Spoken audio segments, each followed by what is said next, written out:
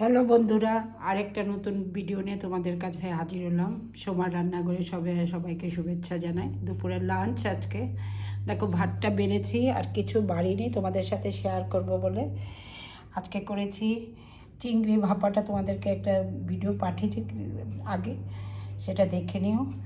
আর চিংড়ি ভাপাটাতে বলতে ভুলে গেছি যে লাস্টে একটু ধনেপাতা আর কাঁচা কাঁচা সরষের তেল একটু ছড়িয়ে দিতে হয়। এই হচ্ছে চিংড়ি ভাপাটা, ওইটা রেসিপিটা দেখিয়েছিলাম। এখন দেখো বানানোর পর এত সুন্দর হয়েছে, একবার তোমরাও ট্রাই করে দেখো। আর চিংড়ি মাছ দিয়ে লাউ দিয়ে বানিয়েছি। ধনে পাতা বাটা করেছি, ধনে পাতাটার মধ্যে একটু কাঁচা লঙ্কা দিয়ে পিষিয়ে নিয়ে তারপরে সরষের তেলে রসুন করে রসুনটা সম্বার দিয়ে তারপরে ধনে পাতাটা দিয়ে নাড়িয়ে নিয়েছি।